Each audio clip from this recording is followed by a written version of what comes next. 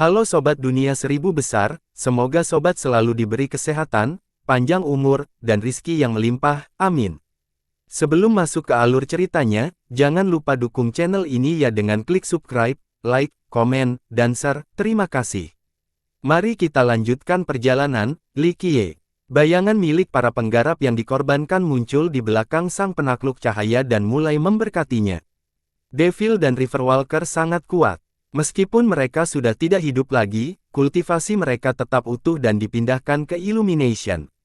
Ini lebih dari sekadar penambahan kekuatan mentah. Rentang hidup dan darah sejatinya kembali ke masa jayanya. Dia berubah dari seorang lelaki tua menjadi seorang pemuda dengan aura yang kuat. Pohon animanya tampaknya mampu menyerap semua kekuatan di dunia dan mengubahnya untuk digunakannya. Boom! Keadaan berdaya ini memungkinkannya untuk menarik lebih banyak kekuatan dari alam ilusi. Kekuatan itu mulai mengalir jelas melalui dirinya. Pohonnya tetap berukuran sama tetapi bayangannya menjadi cukup besar untuk menutupi dunia. Berada di bawah bayangan pohon anima ini membekukan semua kultivator, termasuk Supreme dan sekutunya.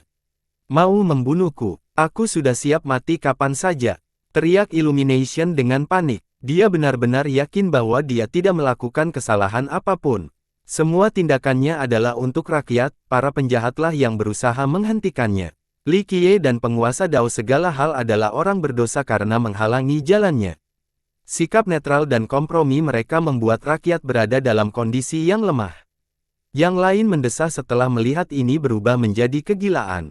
Penerangan tidak lagi memiliki tata krama dan sikap seorang penakluk puncak. Kau, seorang pengecut yang tidak mampu menghadapi kenyataan tentang dirimu sendiri, tidak akan berarti apa-apa. Kau hanya mengamuk karena ketidakmampuanmu sendiri, kata Li Qiye. Ia masih tampak seperti manusia biasa sementara pohon anima milik Illumination sangat besar dan megah. Pohon anima tersebut bisa menjadi penguasa ke-6 benua. Sayangnya, para penonton masih bertaruh pada Li Qiye. Peningkatan kekuatan yang gila-gilaan itu tidak mengubah penilaian mereka terhadap situasi ini.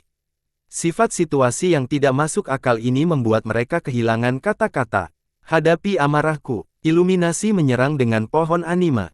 Pohon itu berayun ke arah Li Qiye dengan kekuatan apokaliptik.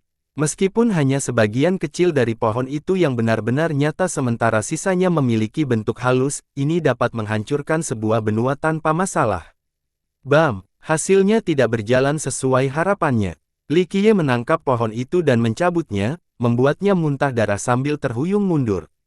Bam! Sebelum dia sempat mengatur napas, Li Qiye menghantamnya dengan pohon anima miliknya, mengeluarkan darah dan meremukkan tulang-tulangnya.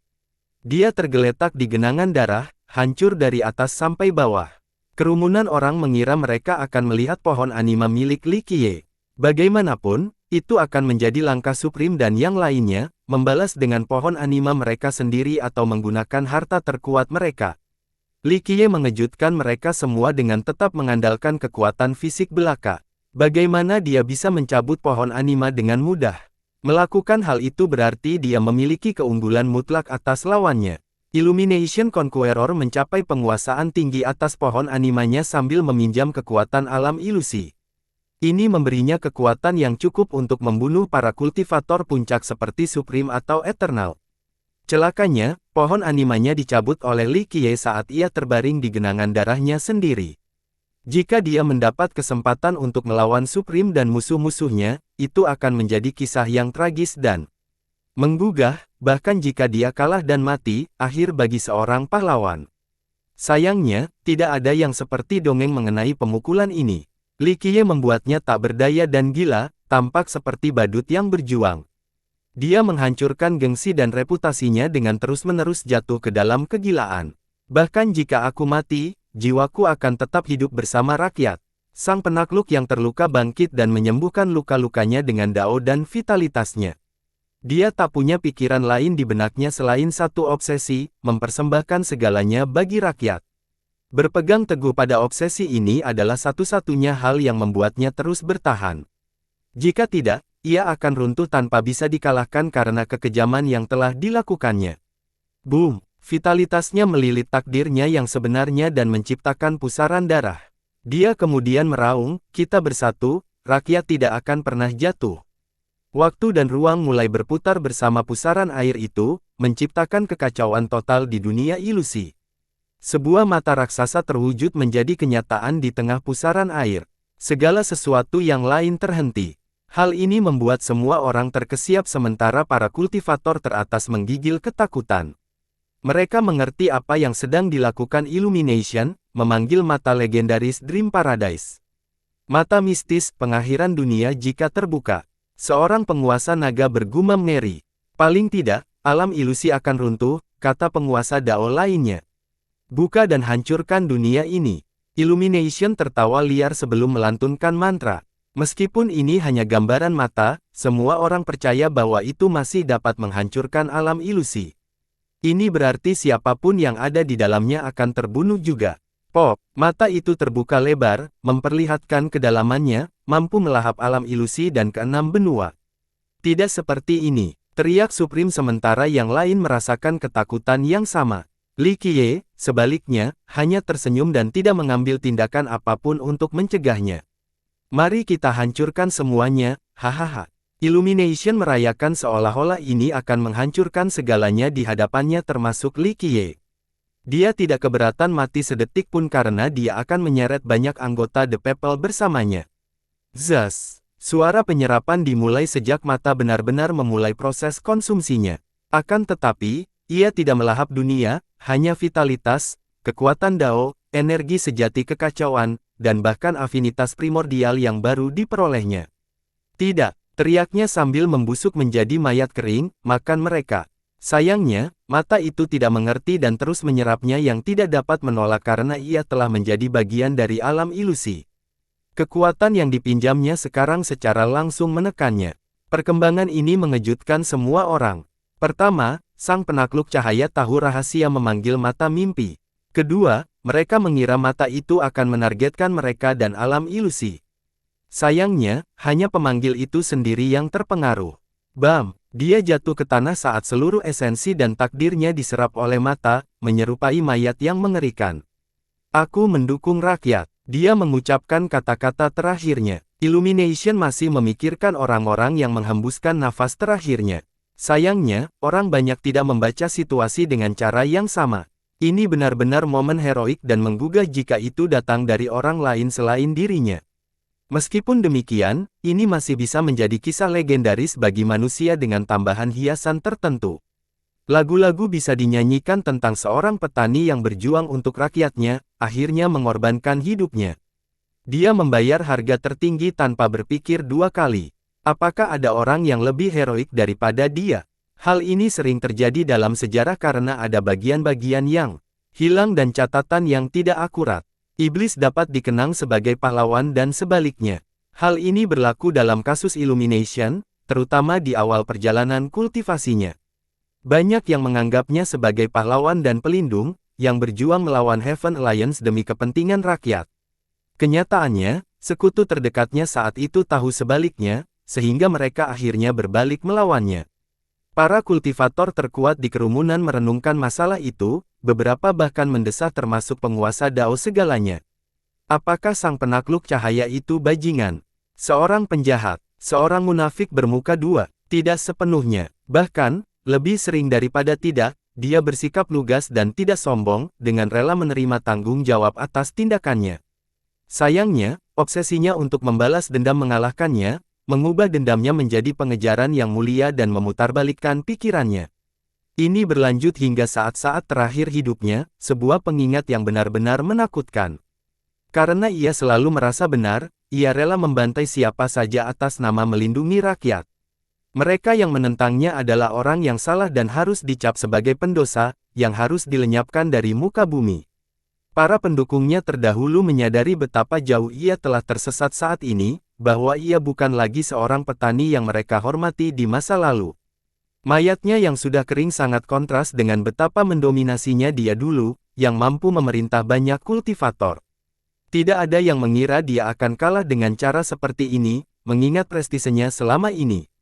Seperti kata pepatah, seseorang mungkin mampu bertahan hidup dari bencana alam, namun tidak ada seorang pun yang dapat bertahan hidup dari musibah yang ditimbulkannya sendiri. Pop, mata itu menghilang saat itu juga, memberikan kelegaan dan kedamaian kembali kepada kerumunan. Mereka masih khawatir mata itu akan melahap segalanya. Aku paling benci orang gila yang tidak tahu batas kemampuannya sendiri. Li Qiye berkata dengan dingin tanpa melihat mayat itu. Pada titik ini, bahkan sang penakluk tertinggi dan abadi tidak berani berbicara. Pria berpenampilan biasa itu menanamkan rasa takut di dalam diri mereka, merampas keberanian orang lain untuk menatapnya langsung.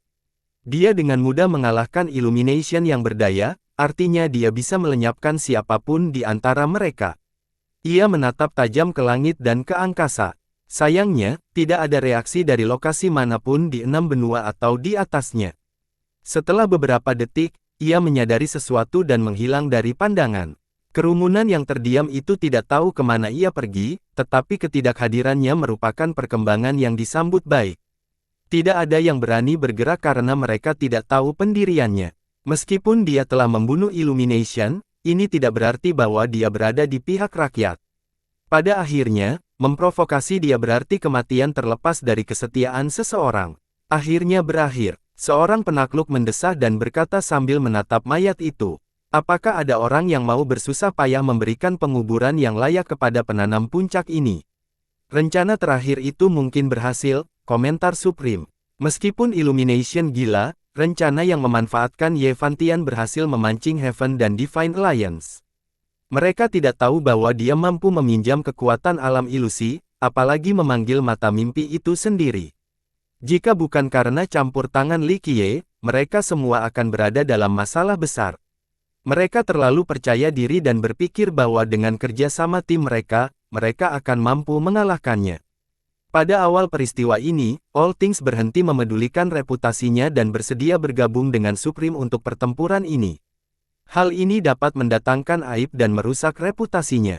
Meskipun demikian, ini adalah sesuatu yang harus dilakukan. Segalanya tahu bahwa meskipun Supreme bersifat antagonis, dia tidak menimbulkan banyak ancaman dibandingkan dengan Illumination. Jika Illumination dibiarkan bertindak tanpa kendali, ia akhirnya akan membawa rakyat ke dalam kutukan. Kematiannya hari ini menghapus beban berat di pundak semua hal. Selamat tinggal, tuan-tuan. Dia berbalik ke arah yang lain dan segera pergi.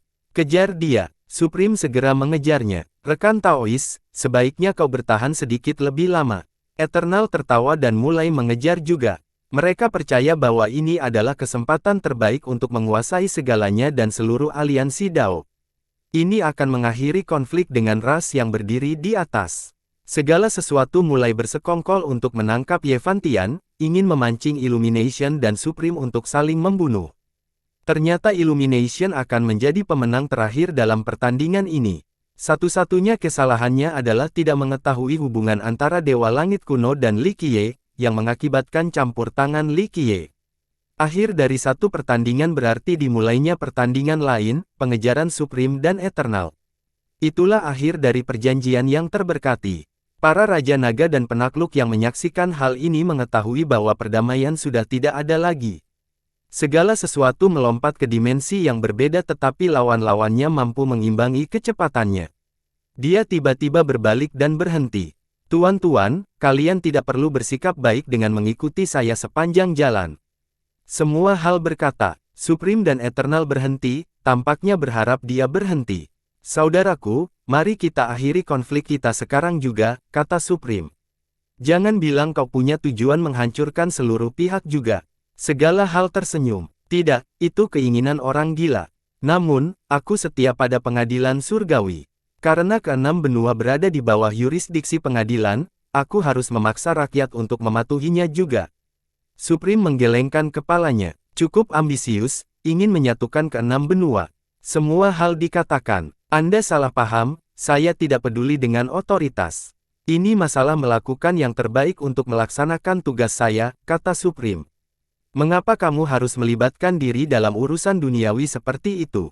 Itu tidak sesuai dengan kemampuan dan potensimu. Semua hal berkata, mungkin segalanya akan berbeda jika aku lahir di Eight de Solace dan bukan di Celestial Court. Aku bisa hidup tanpa beban dan tidak peduli dengan masalah-masalah ini. Supreme menjawab dengan tulus. Segala hal tahu bahwa dia tidak dapat meyakinkan Supreme. Dia menoleh ke Eternal dan berkata, dan kamu, saudaraku, kamu tidak pernah peduli dengan pengadilan surgawi di benua yang lebih rendah dan akan selalu ada tempat untukmu di Immortal Dao. Aku tidak bekerja untuk pengadilan surgawi dan juga tidak akan bergabung dengan Dao abadi. Kata abadi, aku akan terbebas dari keterikatan dan urusan duniawi setelah membalas budi ini. Kata-katamu sangat berbobot. Semua hal diucapkan dengan sentimental. Eternal Conqueror adalah sosok legendaris yang tidak terikat pada benua atas. Bahkan, tidak ada yang mengira dia akan berpihak pada Celestial Court mengingat prestasinya di benua bawah. Sayangnya, kata-kata para kultivator papan atas lebih berharga daripada emas. Sang penakluk pagoda abadi yang berkomitmen untuk melindungi Dao Alkimia dan sang penakluk keagungan bahkan memberikan perintah mimpi kepada penerangan. Eternal, pria yang menyatukan benua-benua bawah dan tidak menaati Celestial Court, harus bekerja sama dengan Divine Alliance. Janji seorang kaisar seharusnya tidak bisa diingkari, kata Eternal. Saya setuju. Semua hal berkata. Banyak kultivator papan atas yang menepati janji mereka, apapun pendirian mereka. Bahkan, suatu hari ketika beberapa orang jatuh ke dalam kegelapan, mereka akan tetap berusaha sebaik mungkin untuk menepati janji-janji tersebut. Eternal adalah salah satunya, oleh karena itu kesetiaannya saat ini. Kau harus tunduk sekarang, saudaraku, kata Supreme. Seberapa yakin Anda dalam melaksanakan tugas ini? Tanya Olting. Jika tidak ada lagi gangguan yang tidak diharapkan, 100%. Supreme tidak menyembunyikannya. Oh, segala sesuatu berhenti tersenyum karena Supreme tidak sombong atau bodoh. Keduanya telah berjuang selama beberapa generasi tanpa ada pemenang. Hal ini karena tidak ada pihak yang yakin akan kemenangan penuh. Apa yang diberikan pengadilan surgawi kepadamu? Tanya semua hal. Sudah ada di sini sejak lama, hanya saja butuh waktu lebih lama. Itulah sebabnya beberapa orang memilih untuk tinggal di benua atas, termasuk Anda. Kata Supreme, ketiganya adalah kultivator puncak yang mampu naik ke benua abadi. Namun, mereka punya alasan sendiri untuk bertahan. Sebagian besar tidak pernah kembali ke benua bawah tetapi dua benua atas kadang-kadang kedatangan pengunjung dari atas. Jadi kartu As Celestial Court sudah siap sekarang. Segala hal bertanya lagi. Eternal pun melirik Supreme, penasaran dengan jawabannya. Hanya sedikit, jawab Supreme santai. Keempat sekutu tersebut mempertahankan keseimbangan yang rapuh setelah Perang Kaisar, tidak ada yang menunjukkan dominasi yang jelas dan keunggulan absolut. Hari ini, Supreme tampak percaya diri dalam mendobrak batasan yang sudah ada. Apa yang kamu dapatkan dari Celestial Court? Abadi tak kuasa menahan diri untuk bertanya. Keduanya memiliki hubungan yang aneh, tidak sepenuhnya kawan atau lawan, tampak seperti aliansi dengan sedikit ketegangan. Hanya beberapa wawasan dan koneksi. Aku bisa menunjukkannya kepadamu jika kau mau. Supreme menjawab dengan samar tetapi tetap mengakui telah memperoleh sesuatu dari pengadilan surgawi. Rincian sebenarnya mungkin bahkan tidak tersedia untuk eselon atas Heaven Alliance. Meskipun demikian, tampaknya Supreme bersedia memberikan informasi tersebut kepada Eternal, suatu tanda bahwa ia ingin memperkuat hubungan mereka. Namun, Eternal tidak memaksakan masalah itu dan fokus pada tugas yang ada. Kakak, apa yang akan kamu lakukan sekarang? Tanya Yang Maha Kuasa kepada segala sesuatu. Aku yakin kamu tidak datang ke sini sendirian tanpa persiapan yang matang, bisakah kita mulai? Abadi tersenyum. Merupakan suatu kehormatan untuk dihormati dan memiliki kalian berdua setelah saya sendirian. Semua hal berkata, dia benar tentang satu hal, sudah lama sekali sejak pertarungan terakhir kita. Hari ini sama baiknya dengan hari-hari lainnya. Tiba-tiba, sebuah jalur Dao muncul. Seorang pria yang memegang pedang Dao yang lurus mendekati kelompok itu menggunakan jalan ini. Apakah pedang Dao yang lurus karena kepribadiannya yang mulia atau sebaliknya? Saudara Dark Frost, yang tertinggi dan abadi menyambut bala bantuan yang diharapkan dari segala hal. Segala sesuatunya tentu saja telah dipersiapkan untuk upacara pengorbanan iluminasi. Dark Frost telah menunggu sepanjang waktu. Saya yakin bahwa kita memiliki lebih banyak ucapan terima kasih daripada kita. Supreme menampilkan senyumnya yang langka, mungkin lebih menawan daripada senyum seorang wanita cantik. Aliansi Kekaisaran tentu tidak akan tinggal diam dan menonton. Kali ini, dia adalah pendekar pedang yang memiliki ilmu pedang abadi. Ratu Pedang, jadi aliansi Kekaisaran akhirnya bergerak. kata Supreme sambil menatap wanita yang memegang pedang di pelukannya. Aku sudah menunggu ini. Ketertarikan abadi berduel dengan seseorang yang memiliki ketertarikan serupa dengannya. Jadi, ini 3 lawan 2. Apa kau punya orang lain? Tanya segala hal kepada Supreme. Mendering, satu lagi muncul dan disertai lautan pedang yang mengamuk. Saudara Swatsea, tak mengherankan jika melihatnya. Momen langka di mana kita semua hadir. Mari kita akhiri di sini dan menghormati para pemenang daripada merugikan perang berkepanjangan. Tidak masalah siapa yang berkuasa pada akhirnya. Swatsea tertawa dan berkata, 8 Desoles penuh dengan bakat. Abadi tak dapat menahan diri untuk berkomentar. Di antara mereka, 4 orang berasal dari 8 Desoles. Dia dan Supreme adalah satu-satunya yang berasal dari 6 benua. Kini keseimbangan yang rumit itu muncul lagi, 3 lawan 3. Berikan perintah, kata Dark Frost pada segalanya. Yang terakhir mengangguk dan berteriak, maju. Ledakan. Sebuah formasi besar menciptakan portal. Setelah ledakan keras, banyak yang mengeluarkan suara termasuk Skysword, Stone Monarch, Hallowed. Pasukan yang terdiri dari ribuan pihak terbaik muncul di belakang penguasa Dao segala hal. Aura mereka meletus seperti guncangan jutaan bintang. Berbaris, Supreme dan Swatsea Dao Lord memberikan perintah serupa. Portal lain muncul bersamaan dengan suara terompet perang. Di sisi lain ada 5 matahari, Kaisar Abadi Sukong, Yevantian, dan banyak lainnya. Dunia menjadi kecil di hadapan para pembudidaya yang kuat ini. Bagaimanapun, serangan apapun dari satu anggota dapat menghancurkan sebuah kerajaan. Ledakan, portal ketiga memungkinkan terwujudnya pagoda menjadi kenyataan. Di atasnya ada seorang pria yang rambutnya terurai di bahunya. Ia dikaruniai cahaya yang cemerlang dan bentuk tubuh yang sempurna. Jubah kejayaannya juga memiliki kesempurnaan yang sama, menjadikannya tampak seperti naga di antara manusia. Ia dapat dilihat dari jarak berapapun karena kehadirannya yang mengesankan. Selain itu, ia menarik lebih banyak perhatian daripada pagodanya yang terkenal. Siapapun akan langsung berpikir bahwa mereka sedang melihat surga tercinta atau seorang yang abadi. Bakat dan prestasinya tidak terlalu penting. Penampilannya saja sudah menjadikannya tampak ditakdirkan untuk menjadi orang hebat. Ia terlahir untuk menjadi orang hebat sementara orang lain harus bekerja keras untuk mencapai ketinggian yang sama. Pria ini tidak membutuhkan keberanian maupun ketekunan.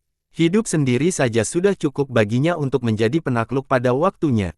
Pagoda penakluk abadi. Pihak lain menjadi serius setelah melihatnya.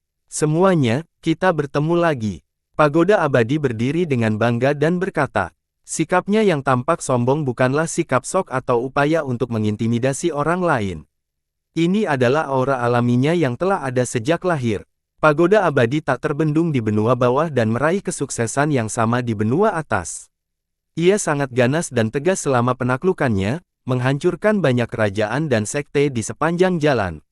Hal yang paling menakutkan tentangnya adalah buah Dao primordial bawaannya, sesuatu yang kemungkinan besar lebih unggul daripada memiliki 12 buah.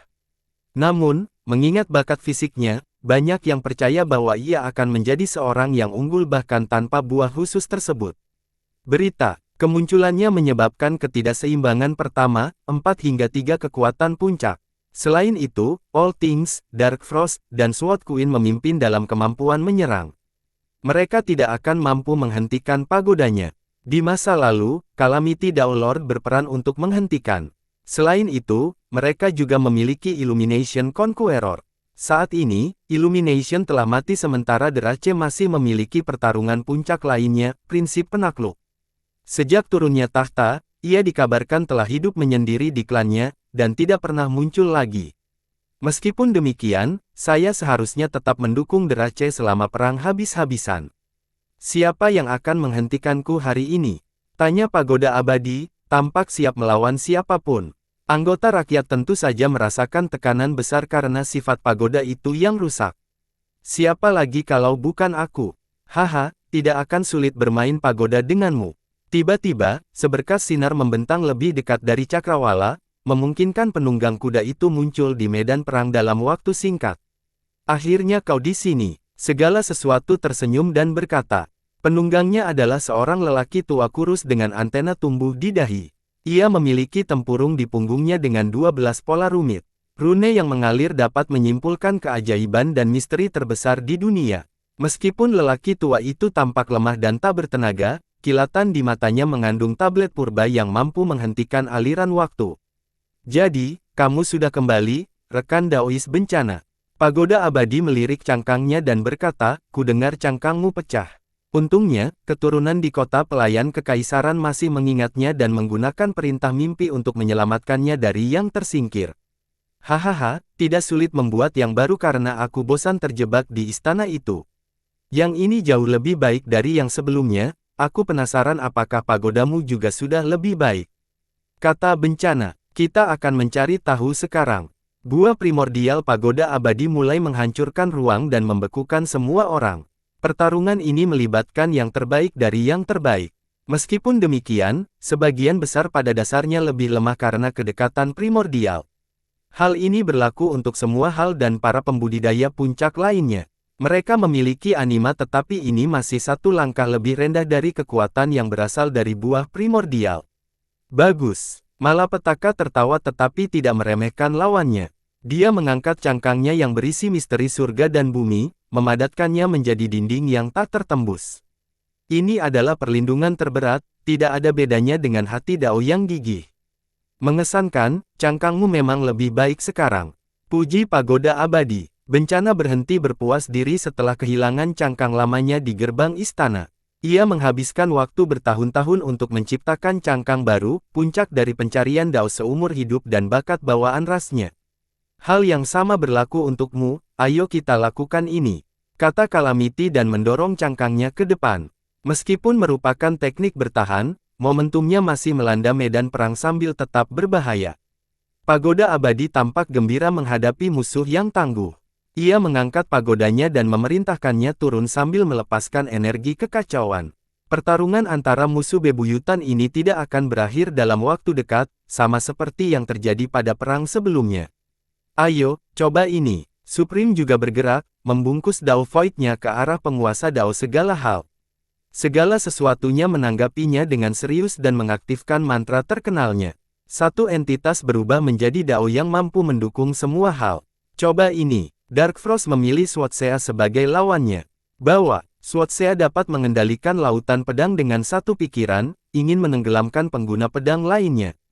Keduanya adalah atlet 9 pedang. Rekan Tao, bagaimana kalau kita? Ratu Pedang menampilkan teknik pedang abadinya. Abadi segera mengaktifkan garis keturunan dan afinitas temporalnya sebagai pencapaian.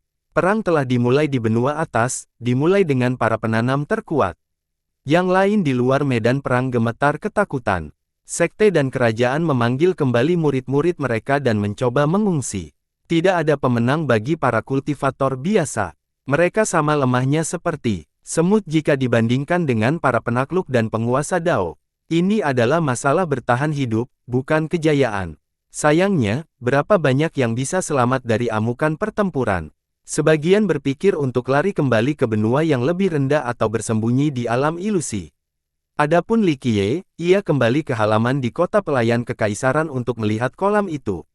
Kolam itu kini bersinar terang, tetapi hal itu tidak mengganggu lelaki tua itu yang sedang tidur di kursi goyangnya, bergoyang maju mundur. Perang antara para kultivator puncak dan bahkan kehancuran dunia tidak menjadi masalah atau memengaruhinya sedikit pun. Aliran waktu menjadi terbatas oleh goyangan kursinya. Li Qiye melirik ke arah kolam yang berkedip-kedip sebelum duduk di sebelah lelaki tua itu. Sebentar lagi bangun, rencanamu berhasil. Ucap lelaki tua itu tanpa membuka matanya. Dan itu semua berkat keberuntunganmu, jadi aku jadi tidak perlu banyak tenaga. Li Qiye tersenyum. Jika kau tahu hal ini, enyahlah dan jangan biarkan aku menemuimu lagi. Jawab lelaki tua itu, kau tak perlu mengingatkanku, aku akan pergi dan kau tak akan bisa menemuiku meskipun kau ingin. Li Qiye mengangguk. Jawaban sungguh-sungguh ini membuat orang tua itu terdiam. Kalau begitu, selamat tinggal, katanya. Hubungan mereka agak aneh. Li Qiye telah membunuhnya dan tidak akan membiarkannya beristirahat dengan tenang. Kebencian itu seharusnya sangat besar, tetapi ternyata tidak demikian. Dia sudah meninggal dan kehadiran Li Qiye sebenarnya membawa sedikit warna pada kematiannya yang suram. Selain itu, Li Qiye adalah satu-satunya orang yang memenuhi syarat untuk berbicara dengannya di dunia ini. Keheningan akan menjadi satu-satunya temannya setelah kepergian Li Qiye. Ya, akhirnya kau bisa beristirahat dengan tenang di sini sekarang. Kata Li Qiye, aku akan melakukan apapun yang aku mau. Sang lelaki tua memprotes. Kematian juga merupakan sebuah proses, aku penasaran apakah kau akan mampu bertahan di tahun-tahun mendatang. Li Qiye tersenyum. Apa yang harus ditanggung? Aku sudah mati, kata lelaki tua itu. Tidak punya seseorang untuk diajak bicara, kata Li Qiye. Orang tua itu terdiam sejenak sebelum mengakui, benar, sayang sekali aku tidak bisa membunuhmu sekarang. Ya, tidak mungkin, kata Li Qiye. Yah, meskipun aku tidak bisa melakukannya, mungkin orang lain bisa menyelesaikan pekerjaan ini di masa depan, kata lelaki tua itu. Mungkin, Li Qiye mengusap dagunya dan merenungkan kemungkinan kehancurannya. Pergilah dan cari tahu, sekaranglah saatnya untuk berangkat. Mungkin ada yang menunggumu, kata lelaki tua itu. Mereka mulai tidak sabar, tapi aku tidak terburu-buru, kata Li Qiye. Anjing yang terpojok bisa melompati tembok dan menggigit seseorang. Saya khawatir tembok ini tidak cukup tinggi dan kokoh, kata lelaki tua itu. Masalah tembok itu bukan urusanku. Orang lain akan mengurusnya. Li Qiye melirik ke langit. Orang tua itu pun menatap ke langit sebelum menjawab, saya khawatir tembok itu tidak dapat diperbaiki kali ini, perang akan datang. Turunnya sesuatu bukanlah hal yang aneh, bukan berarti hal itu belum pernah terjadi sebelumnya, kata Li Qiye. Kali ini berbeda, surga yang jahat juga tahu ini. Orang tua itu tidak setuju. Memem, Li Qiye mengangguk dan berkata, semua ini mungkin seperti lubang yang menunggu seseorang untuk melompat ke dalamnya. Satu kesalahan berarti terkubur. Siapa yang dikuburkan itu masih bisa diperdebatkan. Kita semua pernah mengalaminya sebelumnya. Lelaki tua itu mencibir. Menurut pendapatku, surga yang jahat terlalu berbelas kasih dalam kasus ini. Kata Li Qiye, tidak penyayang, tetapi khawatir akan hal-hal tertentu, kata lelaki tua itu. Ini akan menjadi pemusnahan besar-besaran, pemusnahan total. Li Qiye merenung. Tidak mudah untuk memusnahkan lubang sebesar itu yang sengaja digali, kata lelaki tua itu. Ya, dulu mereka banyak menyelinap, menggali sambil menghindari surga yang jahat. Tapi sekarang, mereka melakukannya secara terbuka. Kata Li Qiye, sebuah lubang untuk mengubur surga, sungguh ide yang cerdas. Sayang sekali pada akhirnya, mereka sendiri yang akan dikubur. Lelaki tua itu tertawa. Apakah itu yang terjadi pada kelompokmu saat itu? Li Qiye tersenyum licik. Hah, kekalahanmu di sana mungkin lebih parah dari kekalahan kami. Jawab lelaki tua itu. Benar dalam hal keadaan. Li Qiye mengangguk, tapi aku berbeda, masih mampu menahan keinginanku dan menjaga hati Daoku. Lebih mudah diucapkan daripada dilakukan, kembalilah dan katakan ini lagi saat kau diberi kesempatan untuk melahap surga yang jahat. Kata lelaki tua itu, aku tidak punya niatan ini dan aku juga tidak perlu melakukannya.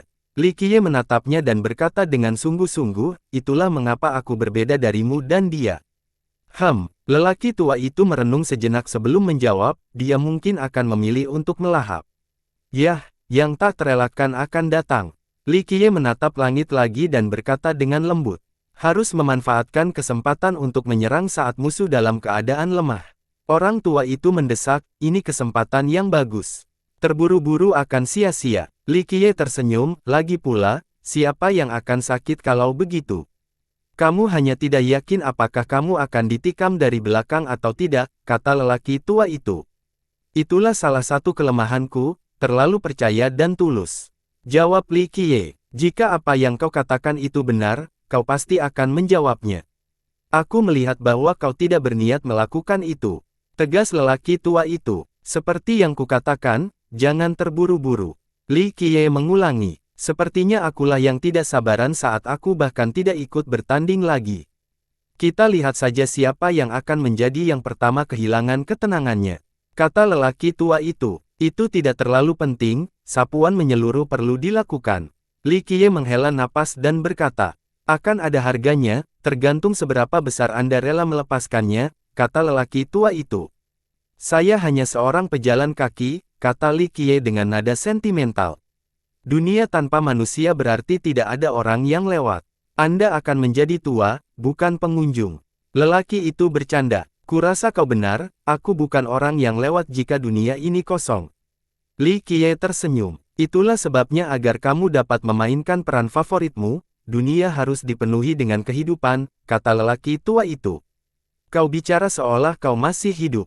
Li Qiye menatapnya sinis. Sekarang aku terinfeksi oleh roh jahat. Lelaki tua itu tersenyum. Li Qiye tersenyum dan dapat melihat bahwa makhluk puncak ini pun tidak dapat mengatasi kesepian abadi. Mari kita bicarakan hal lain. Warisanku tidak begitu berarti bagimu, tetapi tetap saja menarik. Kata lelaki tua itu, begitu ya, kalau begitu aku akan mengenalkanmu pada seseorang. Li Qiye berkata sebelum menyuruh beruang sejati masuk, bagaimana menurutmu tentang bibit ini sebagai warisanmu? Sangat biasa saja, tidak pantas dengan warisanku, kata lelaki tua itu. Li Qiye mengangguk dan berkata, siapa di dunia ini yang layak mendapatkan warisanmu dan mampu memikulnya? Meskipun demikian, jika kau ingin melakukannya, dia telah mengikutiku selama beberapa waktu dan aku telah meletakkan fondasi untuknya. Sifatnya kembali ke asalnya sehingga dia akan memiliki hati seperti anak kecil di masa depan, batu tulis kosong yang dipenuhi rasa ingin tahu. Orang tua itu menatap beruang yang berbaring di tanah, tampak agak patuh. Segala sesuatunya tidak selalu berjalan sesuai rencana. Dia juga telah mewariskan warisannya kepada seseorang yang dianggap paling berkuasa. Li Qiye berkata, apakah kamu ingin warisanmu diwariskan atau kamu ingin terus menunggu?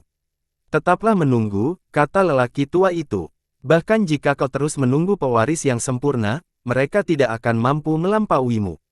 Bahkan jika aku mewarisinya, aku juga tidak bisa melampauimu dalam dao ini.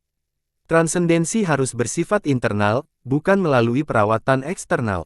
Kata Li Qiye. Orang tua itu tidak menjawab namun tahu Li Qiye benar. Lalu apa gunanya menunggu? Li Qiye berkata, jika ini masalah mewariskan warisan, dia lebih cocok dipoles bila perlu, dikonsolidasi bila diperlukan, sifat buas yang dikembalikan ke asalnya akan berkembang menjadi hati yang murni. Saya yakin Anda akan kesulitan menemukan kandidat yang lebih baik, belum lagi perlu memelihara dan membangun fondasi sendiri.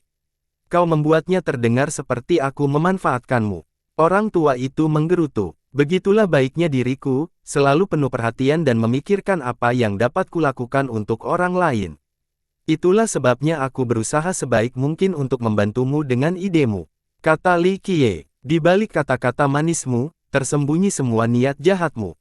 Lelaki tua itu mencibir, mengira kebaikan sebagai pengkhianatan. Li Qiye berkata, baiklah, aku cukup murah hati untuk tidak mengambil bibit unggul ini untuk diriku sendiri, itulah kenyataannya.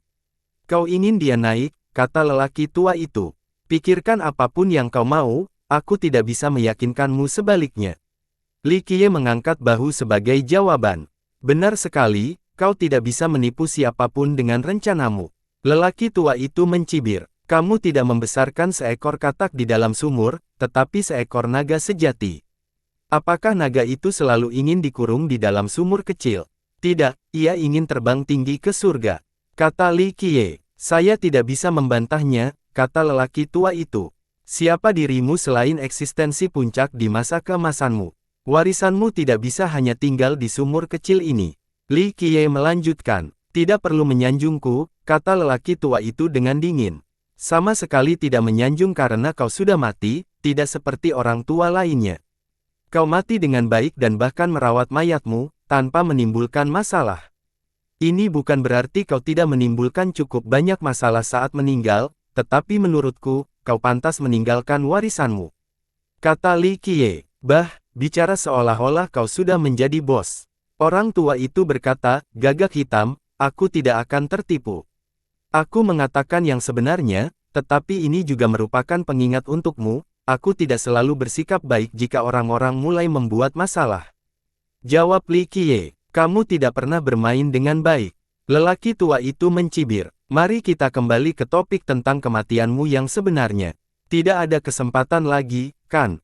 Jadi, apakah kau meninggalkan sesuatu di sana? Seorang pria dengan kedudukanmu yang tinggi pasti meninggalkannya. Kalau tidak, akan sedikit memalukan karena bahkan para junior pun meninggalkan jejak mereka. Betapa kurang ajarnya mereka dalam kasus itu. Kata Li Qiye. Lelaki tua itu mendengus, tetapi hal itu memang menyentuh hatinya, aku puas dengan caraku menjalani hidupku. Masalahnya adalah kamu sekarang seperti hantu kelaparan. Li Qiye tersenyum. Dan ini semua salahmu. Lelaki tua itu mengernyit. Kau tidak bisa mati kelaparan setelah kelaparan selama sebagian besar hidupmu, itu akan sangat tragis. Kau tidak bisa kehilangan muka seperti ini. Li Qiye melanjutkan. Yang lainnya hanya badut.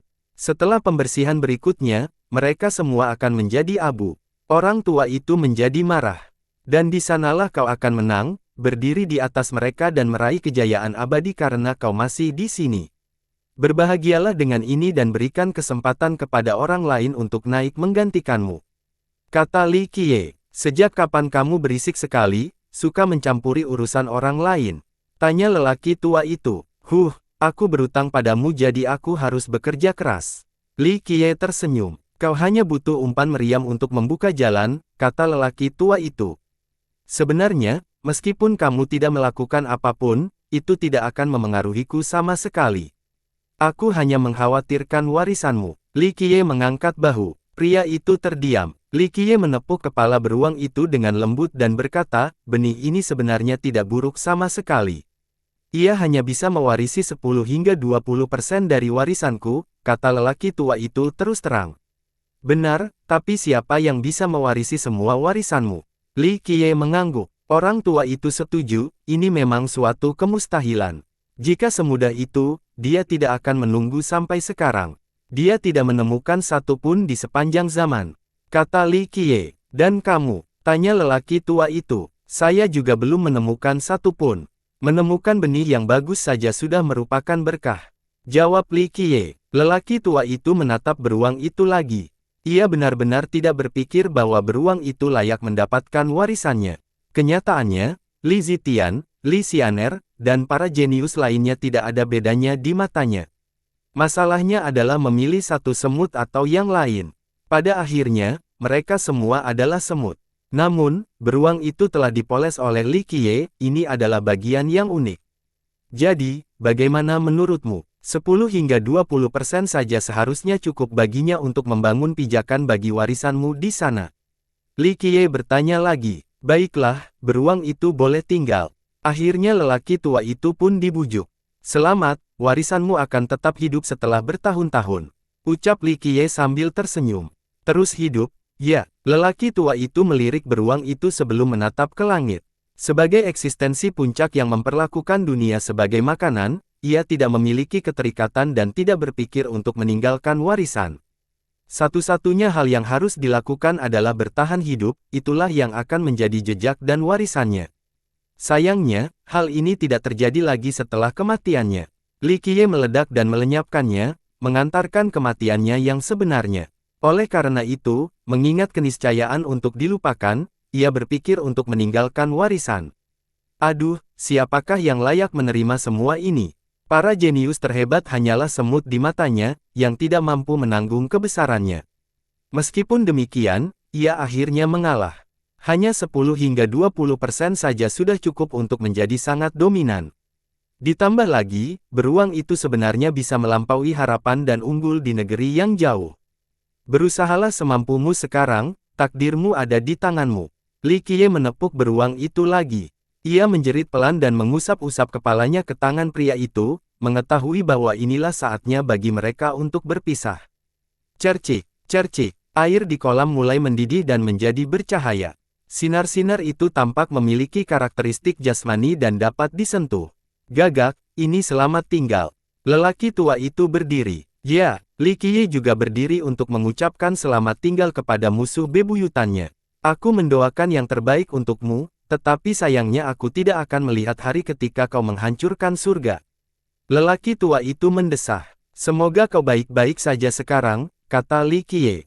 Kau juga. Lelaki tua itu membungkuk sedikit dan menghilang dari pandangan bersama Trubear. Halaman itu menjadi sangat sunyi setelah kepergian mereka. Meskipun demikian, segelnya tetap ada, menghalanginya dari dunia luar. 1 miliar tahun bisa berlalu dan perpisahan itu akan tetap ada. Percikan. Seorang wanita cantik muncul dengan tetesan air mengalir di sekujur tubuhnya, kata-kata tidak dapat menggambarkan penampilannya yang tak tertandingi. Dia dikaruniai tubuh ramping, kaki jenjang, dan fitur wajah yang sempurna, semuanya berpuncak pada pesona dan aura yang tiada taraf. Rambutnya yang panjang dan berkilau terurai hingga ke pinggang. Saat rambutnya bergoyang lembut, aura halus terpancar keluar. Animanya berfokus pada keselarasan antara langit dan bumi. Melihatnya sama seperti melihat semua keindahan dunia. Anima telah menjadi begitu bawaan sehingga satu senyuman atau cemberut saja mengandung ketertarikan mendalam, menyentuh hati dan meninggalkan bekas yang tak terhapuskan. Sekilas pandang saja akan meninggalkan kesan yang tak terlupakan. Citranya yang mengagumkan akan selalu bersinar terang dalam ingatan seseorang, mampu menolong mereka di saat-saat tergelap mereka. Faktor pemurnian ini membuat kecantikannya melampaui batas-batas fisik semata. Dia melihat sekeliling, tampak bingung tentang lokasinya dan siapa yang menyelamatkannya. Dia juga tidak ingat keadaan kematiannya. Namun, dia akhirnya melihat Li Qiye dan gemetar karena kewalahan. Sebagai seorang kultivator puncak, tidak ada yang bisa menggerakkannya sampai sosoknya yang dikenalnya hari ini. Bayangannya terukir dalam ingatannya. Karena itu, dia langsung mengenalinya. Tuan muda, dia berlari ke pelukannya. Itu benar-benar kamu. Dia tidak tahu apa yang sedang terjadi karena ini bisa saja hanya mimpi. Ini aku benar-benar di sini. Dia tersenyum dan membelai lembut rambut panjangnya. Dia memeluknya erat-erat, takut dia akan menghilang jika dia melepaskannya.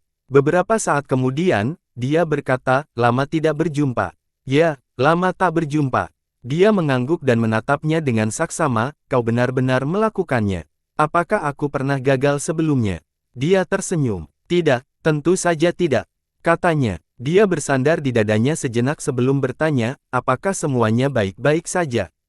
Ya dan tidak, jawab Li Qiye. Dan He Fengwar, tanyanya. Dia menghela napas dan menghiburnya, mereka sudah tidak ada lagi, mereka telah menyelesaikan misi mereka dengan luar biasa, benar-benar layak untuk dibanggakan. Itu tidak bisa dihindari. Dia mendesah pelan. Bagaimanapun, naik turunnya sekte adalah kejadian yang biasa. Tidak ada yang bisa bertahan selamanya. Mengapa kau mengorbankan hidupmu? Apakah itu perlu? Tanyanya. Saya kembali untuk memperingatkan Anda, Tuan Muda. Situasinya sangat buruk. Ekspresinya berubah serius. Aku tahu, aku melihat tanda-tandanya di mana-mana, bukan hanya dari dirimu. Katanya, seseorang datang dengan rencana jahat.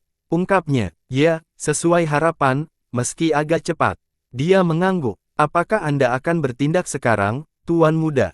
Tanyanya, jangan terburu-buru. Kultivasimu telah hancur jadi biarkan aku membawamu ke tempat pemulihan terlebih dahulu. Kalau tidak, kau akan berubah menjadi manusia biasa. Katanya, benua atas memiliki 4 aliansi dan 3 kekuatan besar lainnya, Cakrawala Kecil, Puncak Azure, dan Tanah Suci. Laser firmamen tidak berinteraksi dengan dunia, dikabarkan menjadi rumah bagi kaisar dan raja kuno. Tanah Suci merupakan garis keturunan kuno lainnya, kerajaan agama Buddha. Azure Peak adalah yang terbaru di antara 3 garis keturunan, yang diciptakan oleh Azure leluhur sebagai tempat bagi roh-roh langit. Puncak ini telah berdiri kokoh selama berabad-abad, tidak pernah runtuh akibat perang besar pun. 2 faktor utama yang mempengaruhi keberlangsungannya, kenetralannya dan kekuatan besar Azure leluhur. Siapapun di benua atas harus berpikir dengan sangat hati-hati sebelum bermanuver melawan Azure Peak. Leluhur Azure berasal dari Eight Desolaces. Menurut teks sejarah, roh langit baru menjadi ras setelah kemunculan leluhur. Kehadiran ras baru menandakan perubahan di dunia. Tentu saja, leluhur tidak menciptakan ras ini, hanya yang pertama dari jenisnya. Nenek moyang tersebut kemudian menjadi penguasa Dao pertama dari ras tersebut, yang akhirnya cukup unggul untuk dianggap sebagai salah satu dari 10 penguasa Dao terhebat. Leluhurnya menjadi semakin kuat setelah mencapai benua atas, dianggap lebih unggul dari segalanya dan tertinggi, bahkan mungkin penguasa Dao Aprikot. Namun, setelah berdirinya Puncak Azure, leluhur itu tidak pernah muncul lagi. Dengan demikian, para penggarap puncak tidak mengetahui kekuatan sejati leluhur itu, mereka tidak ingin terlibat dalam konfrontasi yang tidak perlu. Dalam sejarah, keempat sekutunya telah mencoba merekrut Azure Peak namun gagal. Satu-satunya kasus yang berhasil adalah Swordsky Dao Lord bergabung dengan Dao Alliance sendirian. Semua orang paham bahwa keseimbangan akan hancur jika Azure Peak mengubah sikap netralnya. Tidak ada agenda politik atau ideologi di sana, hanya berfungsi sebagai rumah bagi roh-roh langit. Ini adalah perbedaan mendasar antara Azure Peak dan keempatnya. Li Qiye dan wanita itu muncul di atas puncak Azure dan melihat ke bawah untuk melihat daratan yang dipenuhi kekuatan hidup yang agung. Mereka melihat kegembiraan dan kemungkinan tak terbatas dengan ras baru. Sebuah pohon yang menjulang tinggi menarik perhatian mereka selanjutnya, cabang-cabangnya dan daun-daunnya menutupi seluruh puncak. Yang lain menyebutnya Azure, tetapi nama aslinya adalah galaksi. Bahkan bintang-bintang berputar di bawah ketinggiannya yang tak terhitung. Tempat itu menjadi dunianya sendiri dengan gunung-gunung dan sungai-sungai, air terjun mengalir deras dari atas. Bangunan dan istana dibangun di dahan-dahan oleh roh-roh langit. Burung bangau putih terbang tinggi di udara sementara binatang-binatang besar berkeliaran di dahan-dahan. Beberapa orang percaya bahwa pohon yang ditanam oleh leluhur Azure demi menciptakan rumah. Namun, yang lain percaya bahwa pohon itu sebenarnya lebih tua dari leluhurnya dan dipindahkan dari luar angkasa. Catatan menyatakan bahwa pohon itu telah ada di sana selama ini, meskipun dalam keadaan tidak aktif dan tertutup. Sejarah yang sebenarnya tidak lagi penting sejak saat itu hanya milik roh-roh langit. Selama pohon itu masih ada, begitu pula Azure Peak. Tempat yang bagus, begitu banyak kekuatan hidup. Li Qiye mengangguk setuju setelah melihat pemandangan yang luar biasa. Ada obat-obatan yang mencirikan yang tak tertandingi di sini, kata wanita itu lembut. Dao alkimia dikenal memiliki jumlah bidang dan material tertinggi. Namun, untuk yang terbaik dan tertua, penguasa Dao dan penakluk harus datang ke puncak Azure. Bersambung.